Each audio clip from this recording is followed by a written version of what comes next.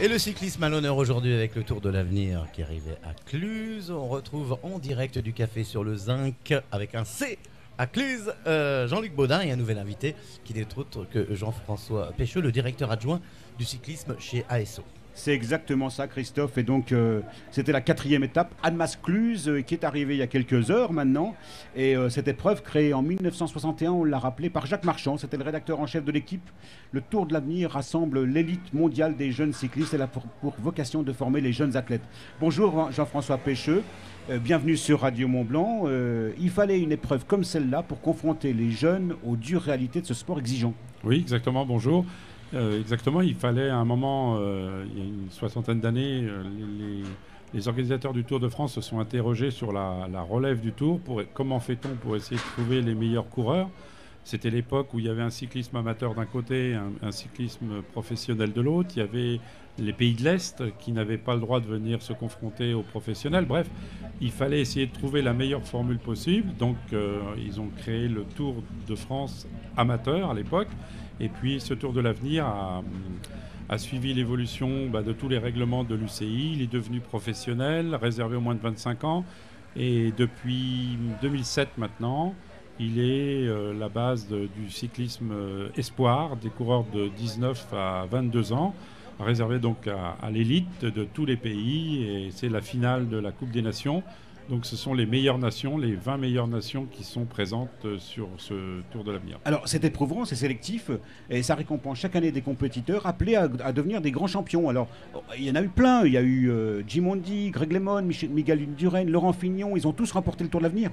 Oui, exactement. Le dernier exemple en date, l'exemple le plus frais, c'est celui d'aujourd'hui. Le leader actuel du Tour d'Espagne, Chavez, a gagné le Tour de l'Avenir en 2011. Et il est aujourd'hui en tête du Tour de la Vuelta, qui est le grand Tour de France, le grand Tour de l'Espagne. L'autre exemple, c'est Quintana. Quintana a gagné le Tour de l'Avenir en 2010. Il a gagné le Giro. Il a fait 2 fois deuxième du Tour de France. Voilà, les meilleurs Français, les 3 meilleurs Français du Tour cette année, Bardet, Barguil et Galopin, sont tous passés par le Tour de France. Dekenkolb, un des meilleurs sprinters du monde, a remporté plusieurs étapes sur le Tour d'Avenir. Bref, ils sont tous là. Alors, il y a des équipes nationales et internationales, ça regroupe les équipes de tous les continents. Tous les continents, il y a 26 nations de représentées. Et ce soir, c'est le bonheur. Un Chilien, pour la première fois, un Chilien est en tête du Tour de l'Avenir.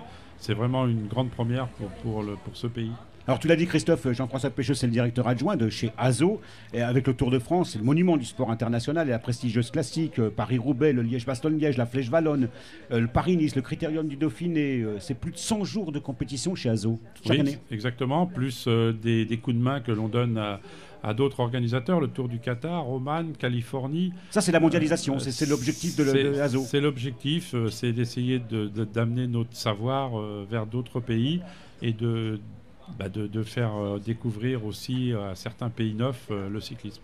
Alors pour terminer et pour revenir au Tour de l'Avenir, vous êtes fier d'apporter votre contribution à des manifestations comme celle-ci? Bien sûr, ça fait partie du cyclisme et moi j'adore diriger le Tour de l'Avenir parce que ça nous permet de voir tous ces jeunes et puis lorsqu'ils arrivent au Tour de France, on les connaît déjà et on n'est pas surpris quand ils gagnent des courses. J'ai encore un petit souvenir. La première étape du Tour de France en Corse, premier Backlands. Personne ne le connaissait. Quand il est monté sur le podium, il est venu nous serrer la main parce que nous, on le connaissait. Et on a dit aux journalistes, on le connaît, il a gagné le Tour de l'Avenir. Et première question qui a été posée par les journalistes à Backlands, vous êtes content c'est une belle victoire, c'est une belle première victoire pour vous? Il a répondu non, ma première vraie victoire, c'est le Tour de l'Avenir. Merci infiniment Jean-François Pécheux. Merci, et puis donc vous allez continuer jusqu'à la fin de la semaine. Et puis merci aux équipes de Radio Mont-Blanc pour avoir préparé cette émission. Merci à toi Christophe d'avoir été au cœur de l'actualité. Et l'actualité, c'était ici à Cluses pour cette 4e étape du Tour de l'Avenir.